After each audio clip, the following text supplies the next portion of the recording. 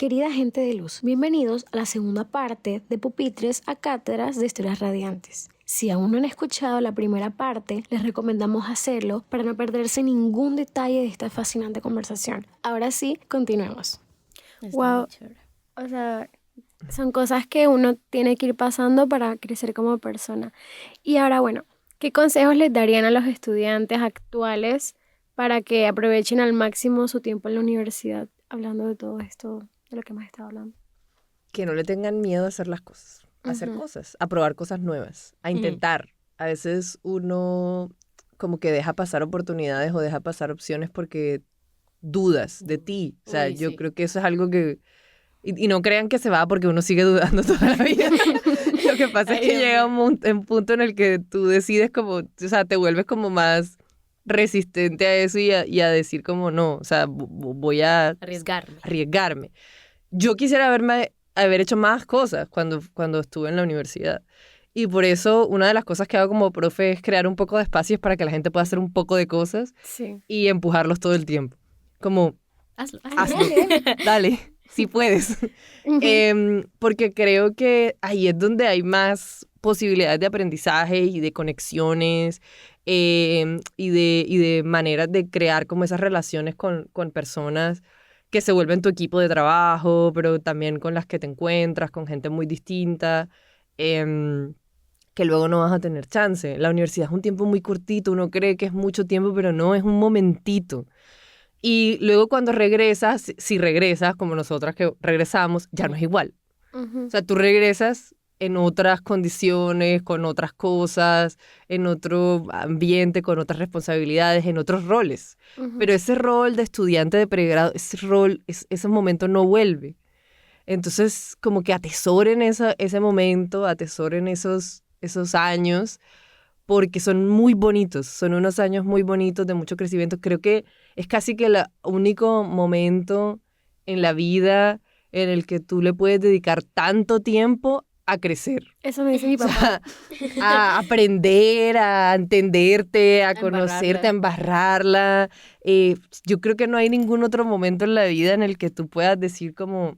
Y bueno, y más si uno tiene la posibilidad de ser estudiante a tiempo completo, porque hay personas que no tienen ese chance, que les toca trabajar, estudiar, y allí la experiencia es distinta. Pero si tú tienes la posibilidad y el privilegio, porque al final es un privilegio, de decir, soy un estudiante a tiempo completo, y bueno, a lo mejor tengo un trabajito aquí, un trabajito allá, pero digamos que mi función principal en el mundo es estar en la universidad. Eso es un privilegio grandísimo que hay que aprovechar, lo más que puedan. Entonces no dejen que el miedo ni las inseguridades los aguanten de hacer cosas que luego ya no, de pronto no van a tener el tiempo de hacerlas igual. O sea, de pronto hay otras oportunidades y la vida te da otras opciones, pero ya no son esas mismas. Entonces sí, como que no se aguanten allí por el miedo y por la inseguridad, que eso uno luego aprende a vivir con la inseguridad. Sí, yo también diría sacarle el jugo a la universidad, a los espacios que pues en particular nuestra carrera ofrece, que son bastantes. Hacer cosas, hacer proyectos, llegar donde los profes, tengo esta idea, ¿cómo lo puedo realizar? Y nosotros, yo creo que todos, absolutamente todos los profes vamos a hacer todo lo posible para ayudarlos, para apoyarlos, para empujarlos, hacer cosas, no usar el tiempo, no tener tiempo muerto. Realmente yo creo que también en la edad en el que uno está en pregrado tienes tanta energía, es inagotable, entonces como que no, yo sé, pero de todas maneras, sí, después te vas a cansar. Exacto. Entonces como realmente usar toda esa energía para hacer cosas creativas, aprovechar los recursos que la universidad ofrece, los equipos, etcétera, los espacios. Eso por una parte. Y por otra parte también el poner compromiso en los trabajos también de la universidad. Yo creo que es triste cuando uno ve como un estudiante que simplemente quiere cumplir con la nota, que ya es como que ¿cuánto me hace falta para llegar al 3? Y es como ¿cuánto me hace falta para pasar la materia. y cumplir como el check y ya lo hice y ya acabé. Paso. Exacto. Realmente a mí me rompe el corazón. O sea, uno quisiera, ¿no? que hagan más y que le pongan también pasión, empeño a los trabajos que dejamos en las clases, aprender a trabajar en equipo, respetar el tiempo de los demás, respetar a sus compañeros, hacer, digamos, demostrar compromiso en todos esos trabajos, no dejar que uno de los compañeros haga todo y dárselos de fresco. Esas cosas no están bien. No están bien, no lo hagan, por favor. Literal. No lo hagan. Ay, no lo hagan. No, aparte que al final es como, es rarísimo, o sea, esa lógica yo nunca la he entendido porque es como, tú estás pagando para venir aquí a que la gente te enseñe algo, ¿no? Exacto. Y luego cuando estamos intentando enseñarte algo, No, tú no lo prefieres quieres aprender. Entonces es como, estás ahí botando la plata. Yo a veces se lo digo a algunos estudiantes como, pero ¿sabes qué? No botes la plata, o sea, es una inversión. Sí. Y ya luego ya lo que no aprendiste no lo aprendiste, lo aprenderás en la vida. Y créeme que cuando la vida te lo enseña, no te lo enseña con tanta amabilidad. Sí, la mediocridad no paga realmente. No, para nada. Para Aparte nada. que es... Y a veces yo siento, no sé si a ti te pasa, pero a veces yo prefiero un estudiante que le pone todo el empeño y hace una cosa horriblemente mal, pero uno le puede sacar como la vuelta y la persona como que lo sufrió y tú te diste cuenta que aprendió y bueno, el resultado al final quedó ahí como medio El proceso es lo más importante. pero el lo proceso intentó, claro. a una persona que como que, como ni fu ni fa, como que, interesa. ay, bueno, y fue ahí, y entonces le pagó a alguien, y la persona hizo el trabajo, y el trabajo quedó divino. Pero tú sabes que en el fondo esa persona No lo hizo. no lo hizo. Entonces, eso es frustrante. Yo comparto tu frustración. Yo creo que los profes también ayudan como a ese crecimiento, ¿no? Como que uno también, los profes lo impulsan a uno como a hacer las cosas de una mejor manera, los direccionan a verlo de una forma distinta. Entonces, ¿cuál fue ese profesor o mentor que ustedes tuvieron que les impactó en su vida, que ustedes dicen, yo a este profe jamás lo voy a olvidar? Para mí tiene nombre Alfredo Savage. Totalmente. Sí, Alfred. Alfred, y no solamente en la época de la universidad. Alfred también estuvo ahí cuando yo empecé, o sea, cuando regresé a la universidad, cuando estaba buscándome la vida como profesor catedrático y nadie me prestaba atención. Él era como ese profe que me escuchaba y que decía como, uy, sí, este proyecto funciona, vamos a darle y métete por aquí, métete por allá, y haz esto otro, y habla con fulano y con sutano y lo metemos como tal proyecto. Y era como, o sea, también fue ese mentor en mi proceso como profesor en Uninorte que me mostró el camino, o sea, que me dijo como, mira, esto se puede hacer, esto no. Y durante la carrera, yo creo que era, a pesar de que Alfred siempre ha sido un poco gruñón, o sea, yo una vez le dije a Alfred, tú eres un tsundere. Un sondeo. Un tsundere, ustedes nunca han visto, no sé si sean muy otakus, pero la gente que le gusta el anime, hay un tipo de personaje, el tsundere, es un personaje que se hace el malote, pero en el fondo tiene un corazón de oro, ya. Entonces es como así como Vegeta, o sea, todo gruñón, pero en el fondo es nice. Es un amor. Bueno, él es así. Entonces yo siempre le he dicho, Alfredo, el día que se lo dije, o sea, Muerte de la casi me mata, pero eres un tsundere, o sea, porque en verdad es alguien que en el fondo parece como súper gruñón y como, tal, no quiero, Ay. pero no, o sea, es alguien que siempre está ahí para escucharte, para motivarte, y al que le he aprendido muchísimo. Sí. No, sí, el profesor Alfredo, primero escucharlo es maravilloso quedarse escuchando sus clases. Y luego, sí, luego a nivel personal, a veces uno tiene una idea y la compartes con él y tienes como ese momento de ping-pong intelectual y de refuerzo moral que a veces uno necesita como para emprender un proyecto o una idea o cualquier locura que tengas en la mente y el profe Alfredo ahí está firme. Sí, y así como pensando, bueno, obviamente Elías fue alguien muy importante para mí porque fue mi puerta de entrada a la investigación además. Entonces también fue un profe al que le aprendí muchísimo y al que también le debo como regresar a Uninorte. O sea, fue como esa persona que me dio como me dijo sí, o sea, como me dijo, sí puedes, hazlo. Es más, él fue de los primeros que me dijo también que diera clases, que lo intentara. Alberto, que me contrató, o sea, también, o sea, creyó en mí más de lo que yo creía y me dio como esa oportunidad. Y Jesús Arroyave. Yo nunca voy a olvidar un día que yo vine a una feria de posgrados a molestar. O sea, realmente vine porque Porque, ajá. estaba en el Coliseo y había una feria y dije, ay, voy a pasar por ahí. Y Jesús estaba promocionando las becas de doctorado. Y Jesús fue el que me dijo, ¿por qué no haces un doctorado? Y yo como, ¿qué? Dijo, sí, mira, y tal, haz esto. Yo sé, tú te ganas la beca, tú tienes el perfil, tal, y me ayudó a hacer sí, como la inscripción y no sé qué. Y la primera vez yo no me gané la beca. Ujú. Yo me gané la beca como a la tercera. Y Jesús estuvo ahí, o sea, todo el rato. Obviamente ahora yo entiendo también, yo era un indicador para Jesús. Él tenía que cumplir con un número de inscritos. Pero aún así, creo que se lo tomaba muy en serio. O sea, era como ese proceso de ayudarte como a armar tu perfil, como a darte como la confianza. Yo realmente nunca me había... O sea, sí me gustaba mucho la investigación en ese momento, ya lo había empezado a hacer, pero no era algo que consideraba como que yo podía hacer eso. O sea, era como, lo veía ya como tan Por allá. difícil. Sí, yo Y también yo creo quisiera que mencionar Jesús- al profesor Jesús. Por una parte, en teoría de la comunicación, realmente deja unas bases sólidas para que de pronto en ese momento, bueno, a mí siempre me ha gustado la comunicación como ámbito de estudios, pero de pronto en ese momento uno como que no ve realmente como esto en qué se aplica, o cuál es la importancia, pero luego cuando empiezas a aplicar las teorías de la comunicación, como que vuelve el profesor Jesús a tu Siempre. mente y ahí está, y el conocimiento está ahí. Eso por una parte, y por otra parte también... personalmente, el profesor Jesús, digamos, ayudó muchísimo, bueno, hizo posible realmente la doble titulación de mi doctorado entre la Universidad de Génova y nuestro doctorado en comunicación, y eso fue pues gracias a toda la gestión del profesor Jesús, que también creyó en mí. Entonces, al final se resumen profesores que creen en uno. Que te dan el chance y que confían más en ti que tú mismo en ese momento. Y como que te empujan. Y yo siento que al final uno termina haciendo lo mismo. O sea, como intentando también retribuir a los nuevos estudiantes, tratando de ser ese profesor que nosotros tuvimos en ese momento y que sabíamos que necesitábamos en ese momento y que sin ellos no íbamos a poder estar donde estamos ahora.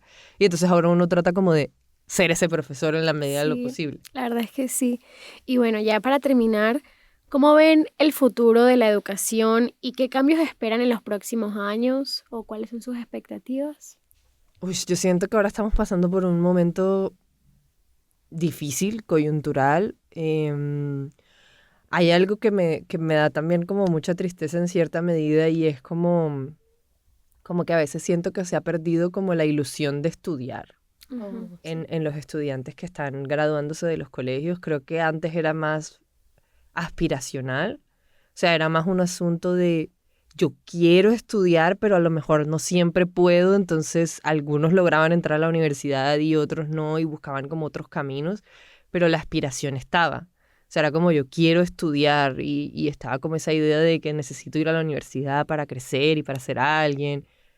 Y yo siento que se ha perdido un poco eso, por lo menos en la, como en la intención, como en esa magia con la que uno veía la universidad como algo a lo que tú querías llegar en algún momento y yo siento que como que se ha perdido. Entonces obviamente hay otros caminos y eso también tiene sus ventajas, ¿no? Que hay como otras rutas y otras posibilidades y hay mucha educación virtual y hay como más oferta en ese sentido y eso pues lógicamente puede tener su lado bueno.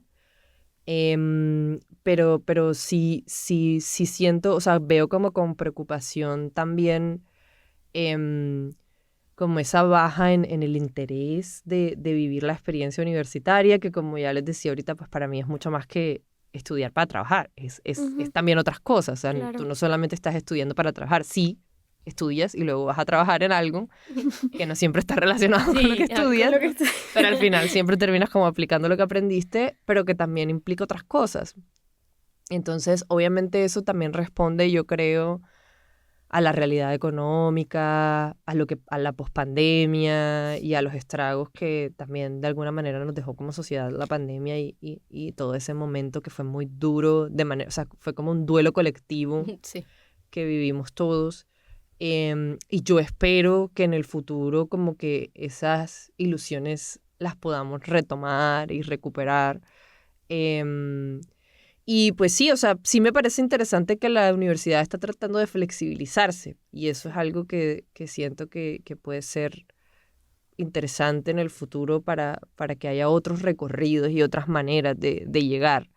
Pero espero que en esa flexibilización no se pierda como ese momento mágico de ser universitario y de Esencia. vivir la universidad de manera integral, más allá de la preocupación de tengo que aprender para conseguir plata, que a veces siento que es lo que pasa. O sea, hay como una preocupación de yo necesito aprender algo porque tengo que ganar dinero. No, yo necesito aprender algo porque es mi pasión y quiero Claro. serme bueno en eso. O yo, entonces tú hablas con los estudiantes de colegio y es que esta carrera pues no da plata, o es que Literal, si me voy a un call center gano más, o si me vuelvo influencer me pagan y no tengo que estudiar. Y entonces como que hay un interés por ganar mucha plata y no por ser alguien, ser algo en la vida, como conseguir cosas, como buscar tu potencial, como entender tu talento y darle camino. Y espero que eso se pueda, o sea, que sea una cuestión coyuntural y no una transformación sustancial.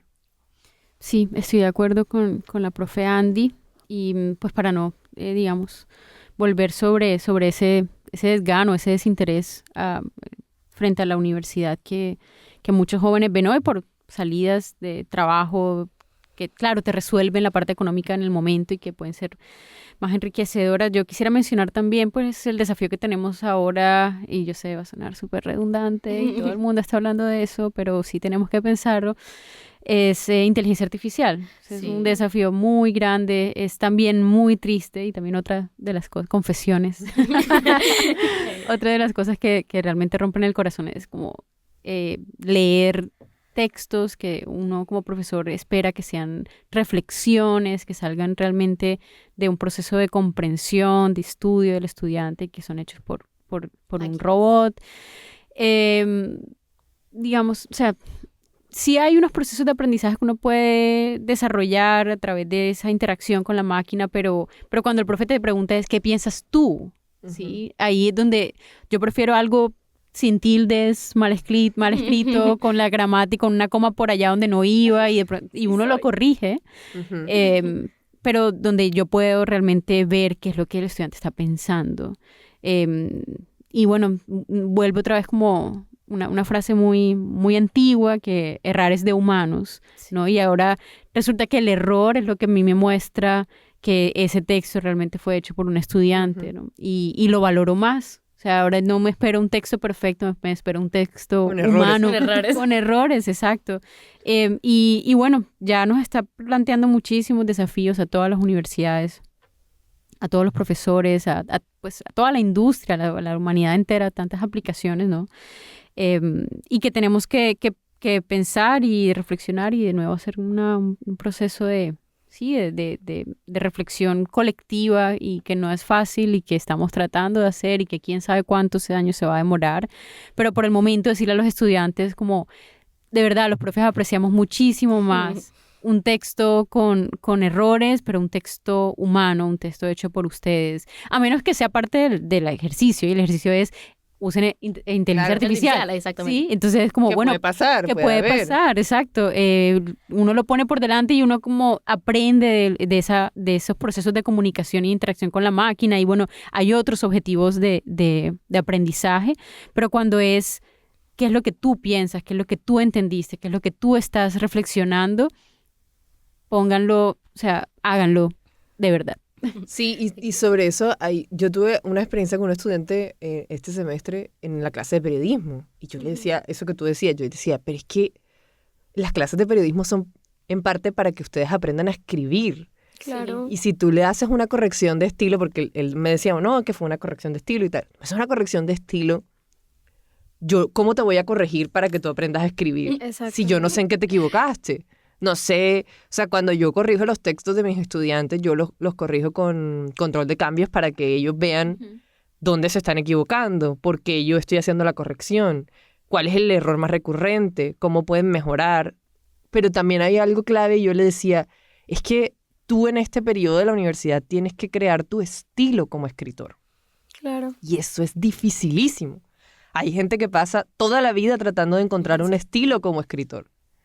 Pero eso es lo que te hace humano, lo que te hace distinto, lo que hace que tus textos valga la pena que alguien pague por ellos porque tienen como eso que es difícil de explicar, pero que cuando tú lo lees, tú sientes la persona que hay detrás.